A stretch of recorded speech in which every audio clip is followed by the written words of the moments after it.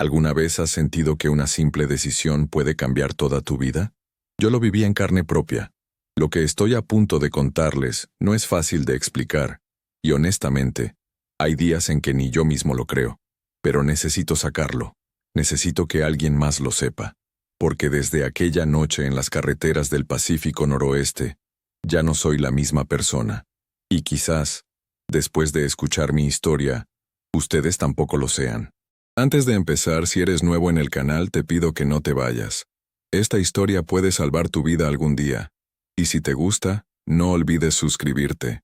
Estamos a punto de llegar a 1000 suscriptores.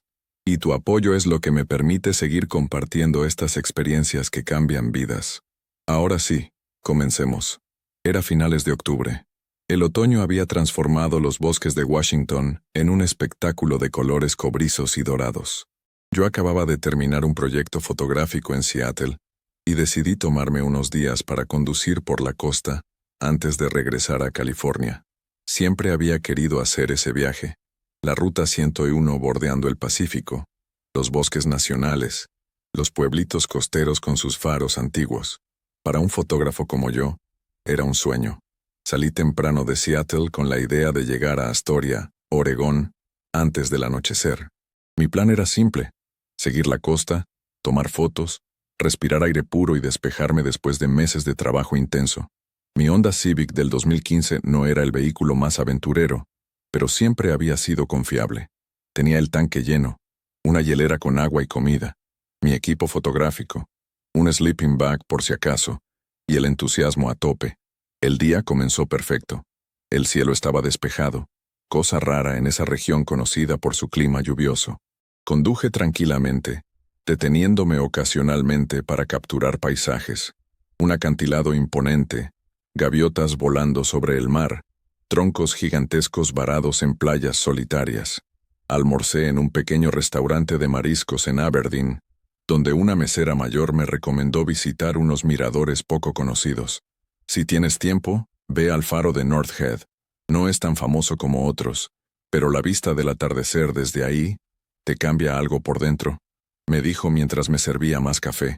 Le agradecí el consejo y seguí mi camino.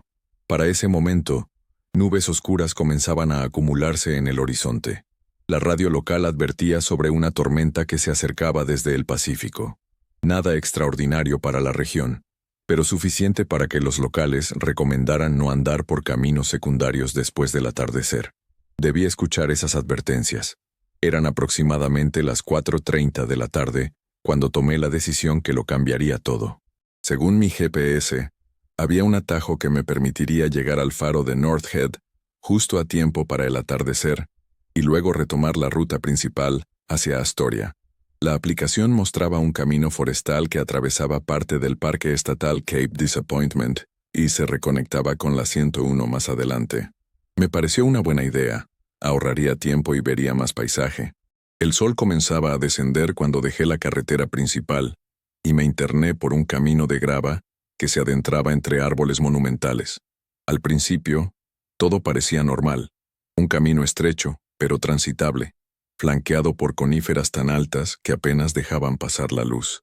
El GPS indicaba que en aproximadamente 20 minutos llegaría al faro. Después de unos 15 minutos, el camino se bifurcó. Mi GPS indicaba ir a la izquierda, pero había un letrero oxidado y apenas legible que parecía señalar que el faro estaba hacia la derecha. El mapa digital no mostraba esta bifurcación. Intenté obtener señal para actualizar la ruta, pero en esa zona boscosa y remota mi teléfono apenas tenía una barra. Ahí fue donde cometí el error. Decidí confiar en el letrero en lugar de la tecnología. Los locales saben más que los satélites, pensé. Giré a la derecha y continué por un camino que se volvía cada vez más estrecho y menos mantenido. Las nubes habían oscurecido el cielo por completo. Una llovizna comenzó a caer, ligera al principio, luego más intensa. Encendí los limpiaparabrisas y las luces, reduciendo la velocidad. El camino ahora era poco más que una brecha embarrada entre árboles que parecían inclinarse sobre mi auto, como si quisieran alcanzarme. Después de otros 20 minutos debería haber llegado al faro, pero no había señales de civilización. Solo bosque, cada vez más denso, y un camino que serpenteaba sin fin aparente. El GPS había perdido la señal por completo, y mi teléfono mostraba sin servicio. Una sensación de inquietud comenzó a crecer en mi estómago. Quizás debería dar la vuelta, murmuré para mí mismo.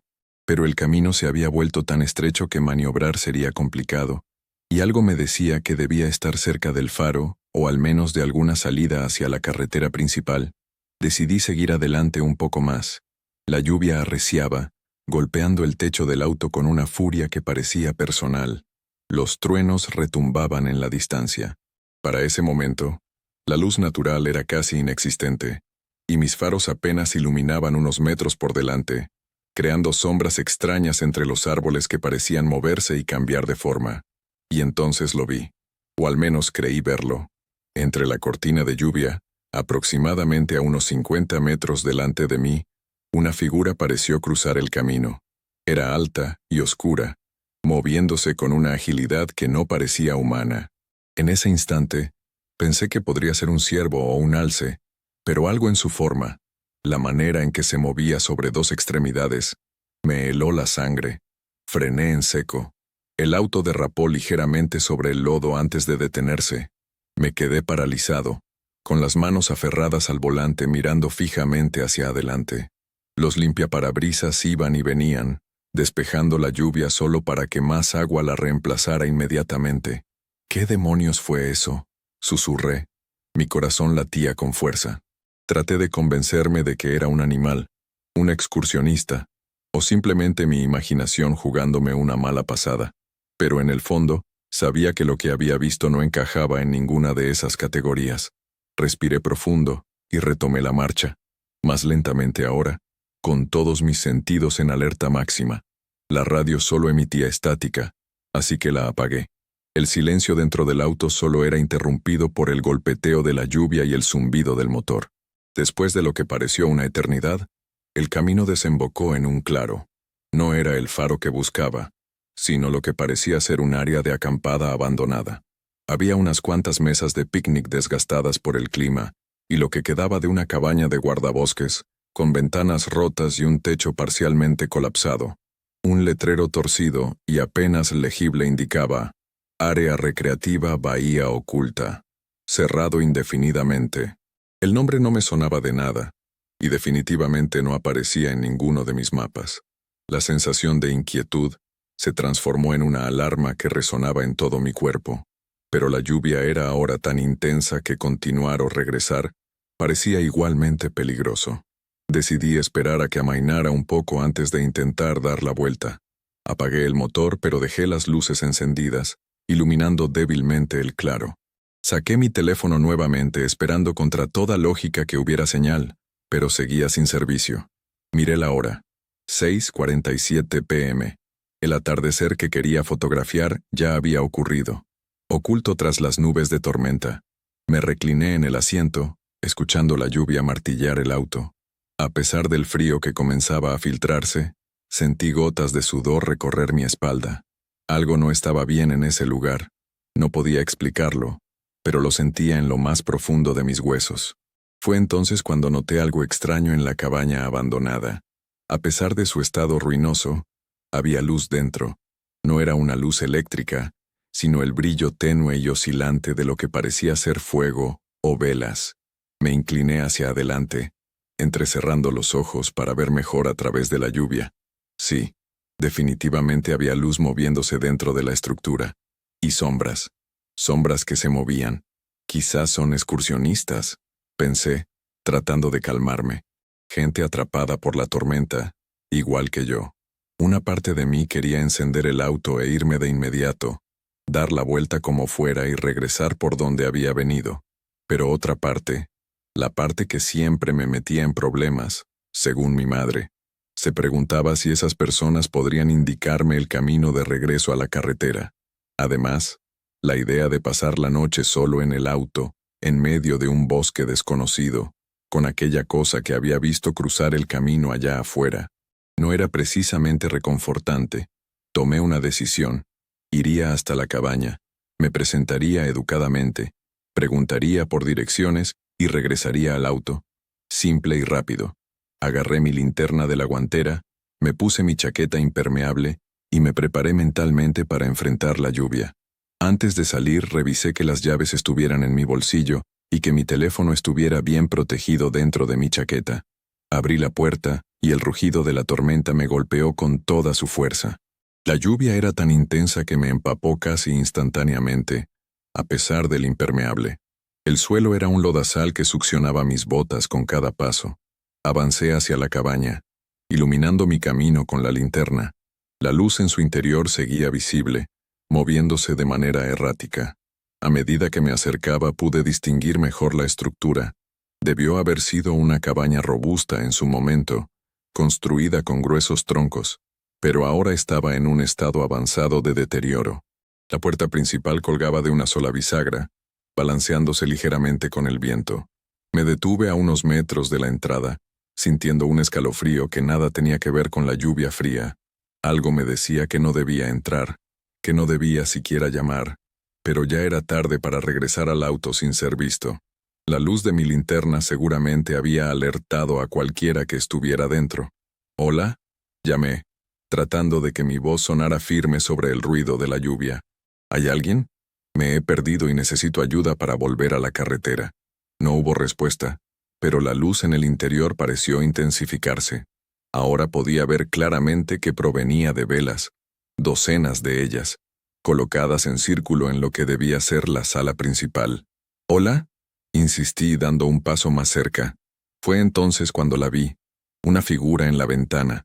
No era más que una silueta negra contra la luz de las velas, pero había algo profundamente inquietante en su inmovilidad. No se movió cuando hablé. No dio señales de haberme escuchado. Solo observaba. Di un paso atrás, sintiendo que mi corazón se aceleraba. La figura en la ventana inclinó ligeramente la cabeza, en un gesto que me recordó a un pájaro curioso, evaluando a su presa. Estaba a punto de darme la vuelta y correr hacia mi auto cuando la puerta de la cabaña se abrió con un chirrido prolongado. La luz de las velas se derramó sobre el porche, creando sombras danzantes sobre el suelo embarrado. No había nadie en la puerta. Se había abierto sola, o al menos eso parecía. «Jojola». Mi voz traicionaba ahora mi miedo. De la oscuridad del interior surgió una voz. Era suave, casi melodiosa, pero con un tono que me erizó la piel. «Estábamos esperándote, fotógrafo. Entra. La tormenta no hará más que empeorar». Me quedé helado. ¿Cómo sabían que era fotógrafo? Mi equipo estaba en el auto. No llevaba nada que me identificara como tal. «¿Quién eres?», pregunté, retrocediendo otro paso. «¿Cómo sabes?». Una risa suave interrumpió mi pregunta. La figura de la ventana había desaparecido, pero ahora podía ver movimiento en las sombras del interior. «Sabemos muchas cosas. Sabemos que tomaste el camino equivocado a propósito. Todos lo hacen. Nadie llega a Bahía Oculta por accidente». Un trueno retumbó, tan cercano que sentí la vibración en mi pecho. La lluvia se intensificó aún más, si es que eso era posible. «No sé de qué estás hablando», grité sobre el ruido de la tormenta. «Solo quiero volver a la carretera principal». Otra risa, esta vez más profunda, como si varias voces se hubieran unido. Y luego, «La carretera principal está más lejos de lo que crees, pero hay otros caminos, fotógrafo, caminos que solo nosotros conocemos. Entra, y te mostraremos». Mi instinto de supervivencia finalmente venció a mi curiosidad. Di media vuelta y eché a correr hacia el auto, resbalando en el lodo, cayendo y levantándome casi sin perder velocidad. La lluvia me golpeaba la cara con tal fuerza que apenas podía mantener los ojos abiertos. Llegué al auto y me lancé dentro, cerrando la puerta de golpe. Mis manos temblaban tanto que me costó introducir la llave en el encendido. Miré hacia la cabaña. La puerta seguía abierta. La luz de las velas seguía visible, pero ahora había figuras en el porche, 3 o 4 siluetas que permanecían perfectamente inmóviles bajo la lluvia torrencial, observándome. El motor arrancó al tercer intento. Puse el auto en reversa y pisé el acelerador, sintiendo cómo las llantas patinaban en el lodo antes de encontrar tracción. Giré el volante bruscamente, ejecutando una vuelta en U que en otras circunstancias habría sido imposible en ese camino estrecho. Pero el miedo me dio una precisión sobrenatural. Cuando el auto finalmente quedó orientado hacia la salida del claro, miré una última vez hacia la cabaña. Las figuras ahora estaban más cerca. Habían avanzado varios metros. Aunque la lluvia y la oscuridad impedían ver sus rostros, había algo fundamentalmente erróneo en la manera en que se movían, como si cada paso fuera un esfuerzo para imitar un movimiento humano que no les resultaba natural. Puse el auto en primera y aceleré, salpicando lodo y agua. El camino por el que había llegado parecía aún más estrecho y amenazador ahora que intentaba salir. Los árboles se inclinaban sobre mí, sus ramas golpeando el techo y los costados del auto como dedos huesudos intentando atraparme. Conduje tan rápido como me atrevía, considerando las condiciones del camino. Mis nudillos estaban blancos de la fuerza con que agarraba el volante. Cada pocos segundos miraba por el espejo retrovisor, esperando ver aquellas figuras persiguiéndome, aunque racionalmente sabía que era imposible que alguien pudiera seguir un auto a pie. Pero la racionalidad había quedado atrás en cuanto escuché aquella voz conociendo mi profesión. Después de unos 10 minutos de conducción frenética, el camino se ensanchó ligeramente, y reconocí la bifurcación donde había tomado la decisión equivocada. Esta vez giré en la dirección opuesta, la que había indicado originalmente el GPS. La lluvia comenzó a disminuir gradualmente, y para mi inmenso alivio, pronto vi señales de civilización. Un letrero que indicaba la distancia a la carretera 101, y poco después, el asfalto bendito de una ruta pavimentada. Nunca en mi vida me había alegrado tanto de ver una carretera. Conduje sin detenerme hasta llegar a Astoria. Eran casi las 10 de la noche cuando entré en el estacionamiento de un motel que anunciaba habitaciones vacantes con un letrero de neón. Estaba empapado, temblando, y probablemente parecía un lunático cuando me presenté en la recepción. La encargada, una mujer mayor con una amabilidad que me pareció celestial después de lo vivido, no hizo preguntas sobre mi estado. Solo comentó: «La tormenta está siendo brutal esta noche. Haces bien en no seguir conduciendo». Esa noche apenas dormí. Cada vez que cerraba los ojos veía aquellas figuras en el porche de la cabaña. Escuchaba aquella voz diciéndome que me esperaban.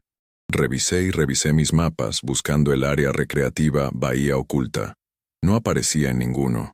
A la mañana siguiente, con la luz del día y un clima sorprendentemente despejado, casi me convencí de que todo había sido producto del cansancio, la desorientación y mi imaginación hiperactiva. Casi. Antes de retomar mi viaje, decidí preguntar en la recepción si conocían el lugar. «Disculpe», le dije a la misma mujer de la noche anterior. «¿Sabe usted si hay un área recreativa llamada Bahía Oculta cerca de aquí? Me desvié ayer durante la tormenta, y acabé en un lugar con ese nombre». La sonrisa amable de la mujer se congeló. Me miró fijamente durante unos segundos que parecieron eternos. «No hay ningún área recreativa con ese nombre», dijo finalmente, bajando la voz. «Al menos, ya no». Un escalofrío recorrió mi espalda. «¿Qué quiere decir con ya no?». La mujer miró a su alrededor como asegurándose de que nadie más pudiera escucharnos, aunque estábamos solos en la recepción. «Hubo un lugar así, hace muchos años, en los 50, pero ocurrió algo terrible. Un grupo de excursionistas. No se sabe exactamente qué pasó. Algunos dicen que fue un asesino, otros que fue algún tipo de accidente. Lo cierto es que encontraron los cuerpos de 7 personas en una cabaña. Las velas aún estaban encendidas». Mi boca se secó. ¿Y qué pasó después? Cerraron el área indefinidamente. Eventualmente el camino de acceso se deterioró y los mapas dejaron de incluirlo. Hoy en día, la mayoría de la gente ni siquiera sabe que existió. Hizo una pausa. Pero a veces, especialmente durante las tormentas, hay quienes dicen haberse desviado y haber encontrado un claro con una cabaña abandonada. Casi nunca son locales. Casi siempre son visitantes. «¿Y qué les pasa a esos visitantes?», pregunté, aunque una parte de mí no quería saber la respuesta. La mujer se encogió de hombros. «La mayoría solo tiene una historia extraña que contar, pero algunos nunca vuelven a ser los mismos». Salí de Astoria 1 hora después, tomando la ruta directa hacia California. Mi interés por fotografiar la costa había desaparecido por completo. Solo quería distancia, la mayor posible, entre yo y aquel bosque. Durante el viaje de regreso, repasé mentalmente 1000 veces lo sucedido. Intenté encontrar explicaciones racionales. Estaría cansado, la tormenta habría afectado mi percepción, quizás incluso sufrí algún tipo de alucinación por estrés, pero nada explicaba cómo aquella voz supo que era fotógrafo. Nada explicaba la perfecta coincidencia entre lo que experimenté y la historia que me contó la recepcionista. Llegué a mi apartamento en San Francisco 2 días después. Mi compañero de piso notó inmediatamente que algo andaba mal, pero le dije que solo estaba agotado del viaje. No me sentía capaz de compartir lo ocurrido. ¿Quién me creería? Los días siguientes intenté retomar mi vida normal. Tenía proyectos pendientes, clientes esperando sus fotos, facturas que pagar. La rutina debería haber ayudado a que el incidente se desvaneciera gradualmente en mi memoria, como una pesadilla que pierde nitidez con la luz del día. Pero no fue así. Una semana después de regresar, estaba revelando algunas de las fotografías que había tomado durante el viaje, antes del incidente. Paisajes costeros, gaviotas en vuelo, árboles centenarios. Nada extraordinario, pero capturas decentes que podría vender a alguna revista de viajes o usar en mi portafolio. Fue entonces cuando lo noté. En una fotografía de un mirador sobre el océano, tomada la mañana antes de perderme, había algo en el fondo. Amplié la imagen, enfocando ese detalle que inicialmente había pasado desapercibido. Era una figura, una silueta oscura entre los árboles que bordeaban el mirador. Una figura exactamente igual a la que había visto cruzar el camino durante la tormenta. El horror me invadió cuando me di cuenta. Aquella cosa ya me estaba observando antes de que tomara el camino equivocado. Ya me había elegido. Con manos temblorosas, revisé más fotografías. Y allí estaba, en varias de ellas. A veces apenas visible entre follaje o sombras. Otras veces claramente reconocible en segundo plano. Siempre observando. Siempre siguiéndome. Esa noche tuve el primero de los sueños. Me encontraba de nuevo en el claro, frente a la cabaña. La puerta se abría, pero esta vez entraba. Las velas iluminaban un círculo perfecto en el suelo, y en el centro había un objeto cubierto con un paño negro. Las figuras, ahora podía ver que eran 5, me rodeaban, sus rostros ocultos en las sombras. «Has vuelto», decía la voz melodiosa. «Sabíamos que lo harías». Una de las figuras retiraba el paño negro, revelando una antigua cámara fotográfica de fuelle. No era mía. Nunca había visto un modelo así, pero en el sueño sabía que me pertenecía. «Tómala», ordenaba la voz. «Es hora de que veas el mundo como realmente es». Despertaba siempre en ese momento, empapado en sudor frío, con la certeza de que no había estado soñando, de que había estado allí realmente, en aquella cabaña, y que solo mi voluntad me había arrancado de aquel lugar para devolverme a mi cama. El sueño se repitió, noche tras noche, siempre idéntico, siempre terminando en el mismo punto. Me aterraba la idea de que alguna vez pudiera continuar, de ver qué sucedería si tomaba aquella cámara. Durante el día, comencé a notar otras cosas. Mi percepción había cambiado. Los colores parecían diferentes, más intensos en algunos casos, completamente desvanecidos en otros. A veces, al mirar a las personas en la calle, podía ver algo más, como una capa superpuesta a la realidad, una versión alternativa de ellos mismos que aparecía y desaparecía en un parpadeo. Mi trabajo comenzó a resentirse. Las fotografías que tomaba ahora tenían una cualidad perturbadora que mis clientes notaban. «Hay algo extraño en estas imágenes», me dijo una editora de revista, rechazando un encargo por primera vez en nuestra relación profesional, como si hubieras capturado algo que no debería estar allí.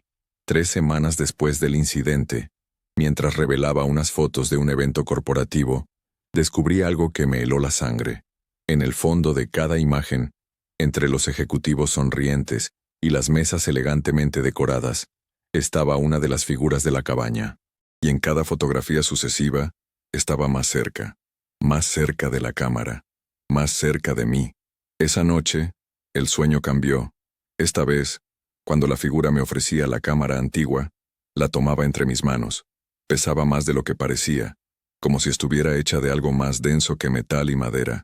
«Ahora mira», decía la voz. «Mira a través de ella y ve la verdad». Levantaba la cámara hasta mi ojo. A través del visor, Podía ver el interior de la cabaña transformarse. Las paredes de madera se desvanecían, revelando un espacio infinito, un vacío oscuro salpicado de luces que no eran estrellas.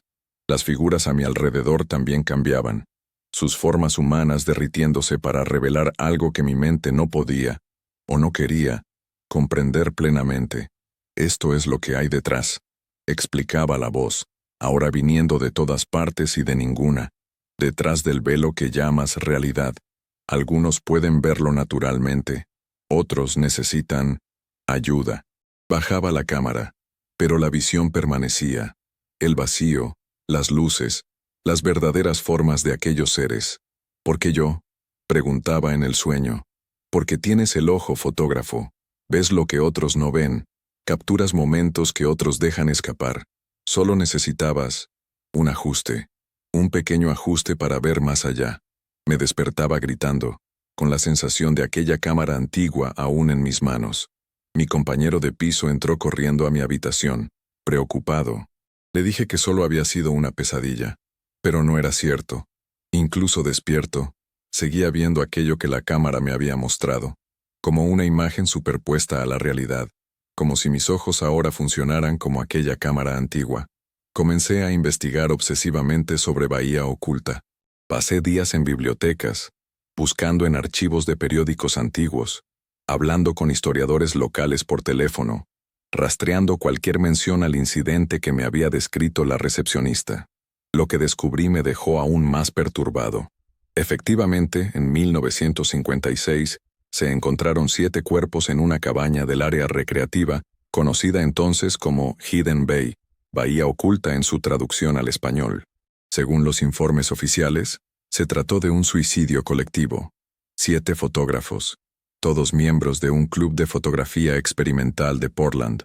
No se encontró ninguna nota, ninguna explicación, solo sus cuerpos dispuestos en círculo, velas encendidas a su alrededor, y en el centro, compartida entre todos, una antigua cámara de fuelle.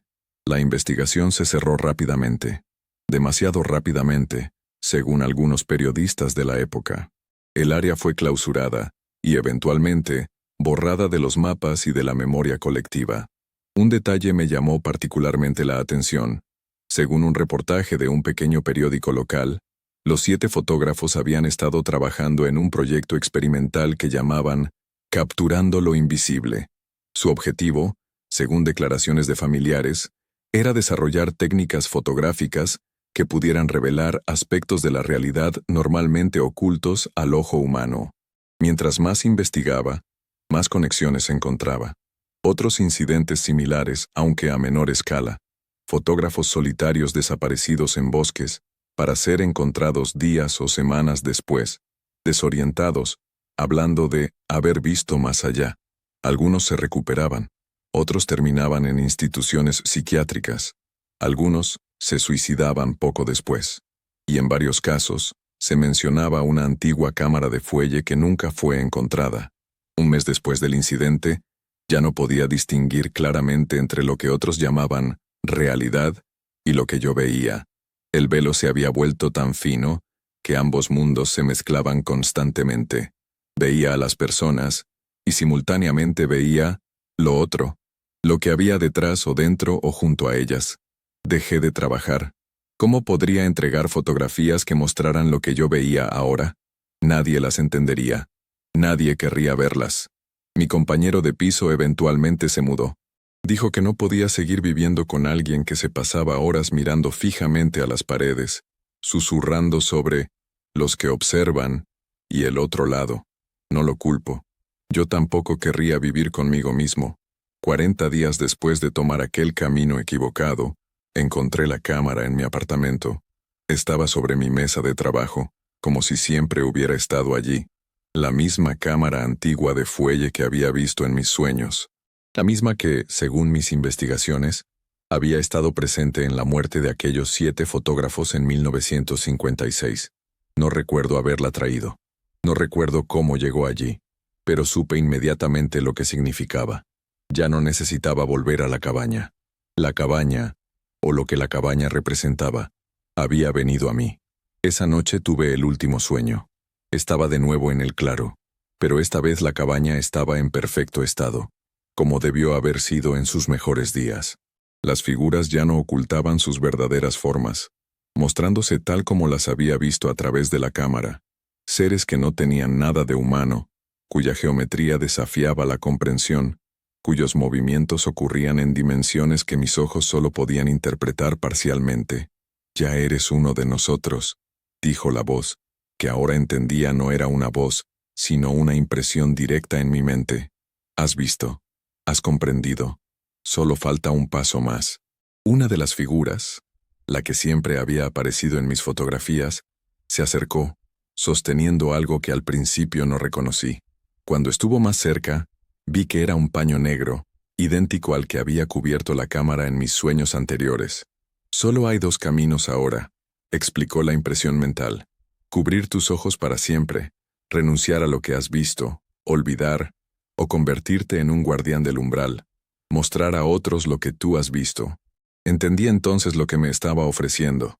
El paño negro no era para cubrir la cámara, era para mí, para mis ojos, la única forma de dejar de ver. «¿Y si me niego a ambas opciones?», pregunté. La impresión que recibí no eran palabras exactamente, sino más bien una sensación de imposibilidad absoluta. No había tercera opción. No podía seguir como estaba, a medio camino entre mundos, viendo ambos pero sin pertenecer a ninguno. «¿Qué elegirán los que vean a través de mi cámara?», pregunté. «Lo mismo que tú estás eligiendo ahora, lo mismo que eligieron los 7 antes que tú, lo mismo que elegirán todos los que tengan el ojo». Fue en ese momento cuando desperté, sabiendo exactamente lo que tenía que hacer. Al día siguiente, empaqué mis pertenencias más esenciales, algo de ropa, mi equipo fotográfico y, por supuesto, la cámara antigua. Pagué 2 meses de renta por adelantado, dejé las llaves en el buzón del casero y me marché de San Francisco. Me dirigí al norte, de regreso al Pacífico Noroeste, no para buscar la cabaña.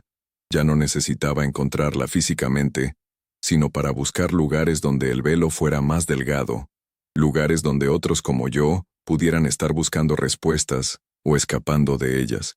Comencé a fotografiar esos lugares con la cámara antigua: bosques, playas solitarias, edificios abandonados, callejones urbanos aparentemente anodinos, pero donde la realidad parecía fluctuar sutilmente. Y en cada uno de esos lugares, dejaba una de las fotografías, como una invitación, como una puerta. A veces me cruzaba con personas que parecían percibir algo, personas con el ojo, como habían dicho aquellos seres. Podía reconocerlos por la forma en que miraban el mundo, como si siempre estuvieran viendo algo más allá de lo visible. A algunos les hablaba, a otros simplemente les mostraba una de mis fotografías.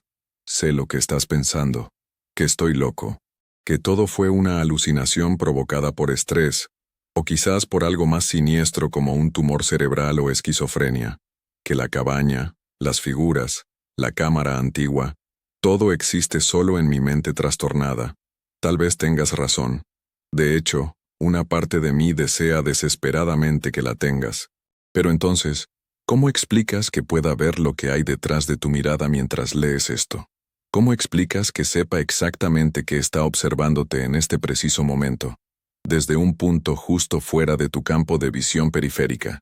¿Sientes ese impulso repentino de mirar por encima de tu hombro? No lo hagas. Todavía no está listo para ser visto directamente. Han pasado 2 años desde que tomé aquel camino equivocado en los bosques del Pacífico Noroeste. 2 años desde que dejé de ser quien era para convertirme en esto, un guardián del umbral, como ellos lo llamaron. Alguien que puede ver ambos lados y ayudar a otros a ver también. A veces me pregunto si tomé la decisión correcta, si debería haber elegido el paño negro, la oscuridad, el olvido. Pero cada vez que encuentro a alguien más con el ojo, cada vez que comparto lo que he visto y comprendo que no estoy solo en esta percepción alterada de la realidad, siento que tal vez, solo tal vez, todo esto tiene un propósito mayor del que puedo entender. Sigo conduciendo por carreteras secundarias, buscando lugares donde el velo es más delgado. A veces, en noches de tormenta, me detengo en algún claro del bosque y espero. No siempre aparecen, pero cuando lo hacen, Conversamos sobre los otros mundos, sobre los que tienen el ojo, sobre los próximos que serán invitados a ver. Si alguna vez te encuentras conduciendo por el Pacífico Noroeste y sientes el impulso de tomar un camino secundario, pregúntate, ¿realmente quieres ver lo que hay más allá? ¿Estás preparado para nunca volver a ser el mismo? Porque te aseguro algo, una vez que ves, no hay vuelta atrás. No hay camino de regreso a la persona que eras antes. Y ahora que has escuchado mi historia, que has permitido que mis palabras formen imágenes en tu mente, que has imaginado la cabaña, las figuras, la cámara antigua, una pequeña semilla ha sido plantada, una pequeña apertura en el velo. Tal vez ya tenías el ojo y no lo sabías. Tal vez por eso te sentiste atraído a mi historia. Tal vez, incluso ahora, estás comenzando a ver. Mira a tu alrededor. ¿Notas algo diferente? ¿Algo que siempre ha estado ahí pero que solo ahora estás percibiendo? Si es así, te encontraré eventualmente. O tú me encontrarás a mí. Los que tienen el ojo siempre terminan encontrándose. Y si no ves nada todavía, bueno, quizás sea mejor así. Sigue tu camino. Mantente en las carreteras principales. Pero si algún día, durante una tormenta, te encuentras frente a una cabaña abandonada con luz de velas en su interior, piensa muy bien lo que harás. Porque cualquier decisión que tomes, cambiará para siempre quién eres. Yo tomé el camino equivocado, y nunca volví a ser el mismo. Y si te gustó esta historia que acabo de compartir contigo, no olvides suscribirte a nuestro canal. Estamos a punto de llegar a los 1000 suscriptores, y tu apoyo es fundamental para seguir trayendo estas historias emocionantes. Además, deja tu comentario abajo contándome si alguna vez has sentido que la realidad no es exactamente lo que parece, o si has tomado algún camino que cambió tu vida para siempre. Activa la campanita para no perderte ninguna de nuestras próximas historias. Nos vemos en el próximo video si es que para entonces sigues siendo tú mismo.